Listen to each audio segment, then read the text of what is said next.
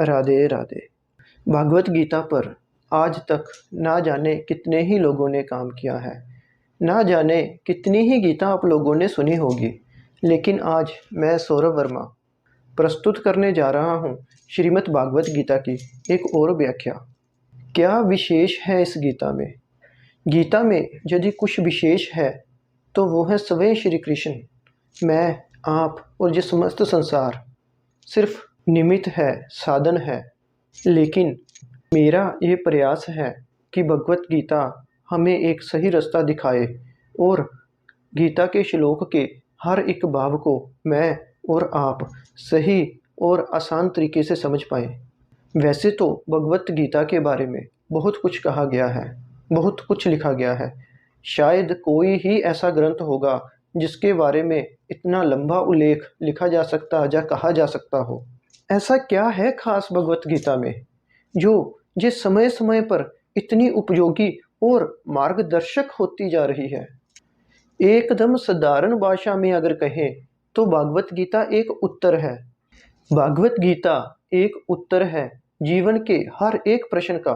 जीवन से जुड़ा हुआ ऐसा कोई प्रश्न नहीं है जिसका उत्तर हमें भागवत गीता में ना मिल पाए।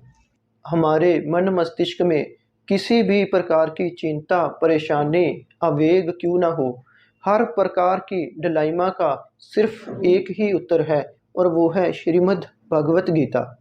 श्रीमद् भागवत गीता में 18 अध्याय और 700 श्लोक हैं और हर अध्याय में वेदों और धर्म ग्रंथों का सार भरा पड़ा है। वेद और उपनिषद समझकर डरिए मत। ये मत सोचिए कि वेद और शास्त्र आपकी समझ से बहुत परे हैं।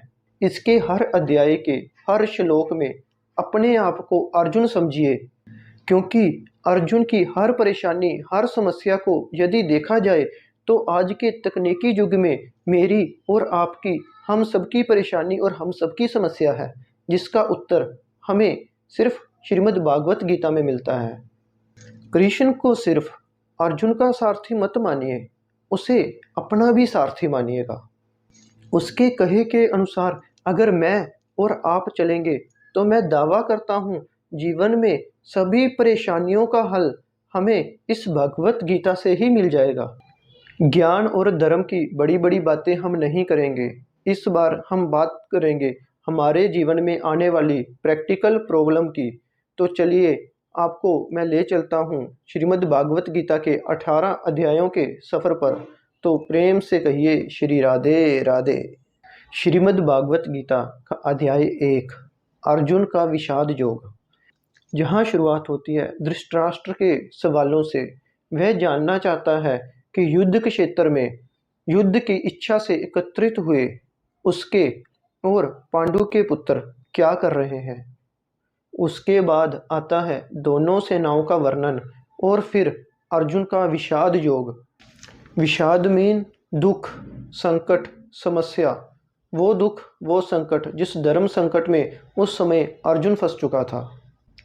तो आइए जानते हैं अर्जुन के विषाद योग के श्लोक। धर्म क्षेत्रे कुरुक्षेत्रे संभवेता जुजुत्सवः माम का पांडवाच्च एव किम कुर्वत संजय।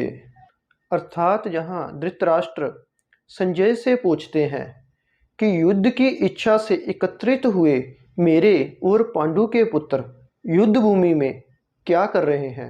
एक्चुअली धृतराष्ट्र जानना चाहते हैं कि युद्ध स्थल में हो क्या रहा है। धृतराष्ट्र आंखों से अंधे थे, वह मन से अंधे नहीं थे।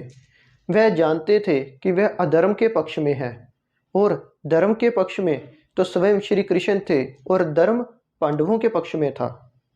शांति और युद्ध में से धृतराष्ट्र ने पुत्र मोह में आकर युद्ध का चुनाव किया था।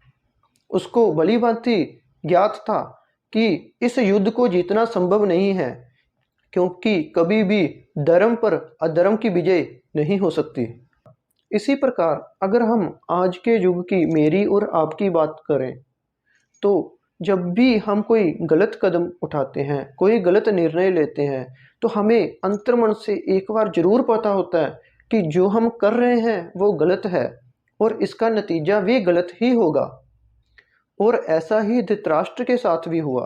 धृतराष्ट्र के मन में यही धर्म संकट चल रहा है कि अधर्म का पक्ष लेने के कारण अब उसका परिणाम क्या होगा।